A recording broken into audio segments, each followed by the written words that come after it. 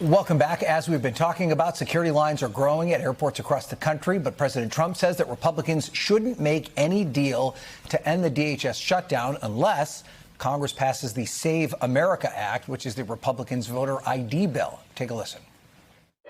I'm suggesting strongly to the Republican Party, don't make any deal on anything. The most important thing we can have is what's called the Save America Act. Don't make any deal on anything unless you include voter ID. Republicans do not settle with Democrats and let them out of this hole that they've buried themselves in. Well, President Trump says the bill should also include provisions that aren't in the current bill, including a ban on mail-in voting, a ban on biological men and women's sports, and a ban on transition surgeries for transgender minors. NBC News has learned that this weekend, President Trump rejected a plan to fund all of the Department of Homeland Security, except for ICE, which would reopen TSA and bring an end to the chaos at airports.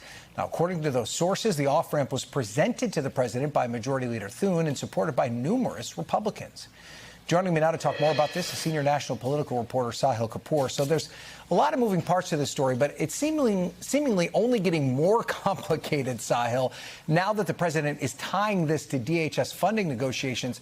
I have to imagine that this is just not a road that Senate Republicans are interested in going down. Yeah, that's right, Ryan. The dynamic on DHS funding is looking worse today than it was a few days ago.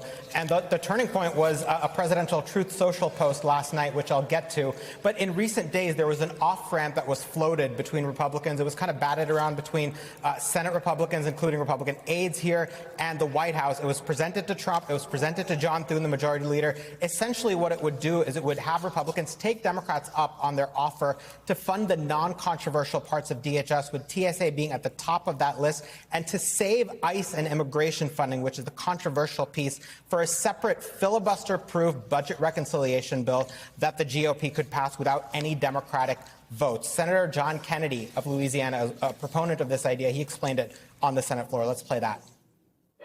We can be out of this shutdown by the end of the week. Here's what we do. The Democrats are amenable to opening up everything at DHS but ICE. I think we should accept that. The very next day, we should file a budget resolution to reconciliation that funds ICE as we deem appropriate. We don't need Democratic votes to do that.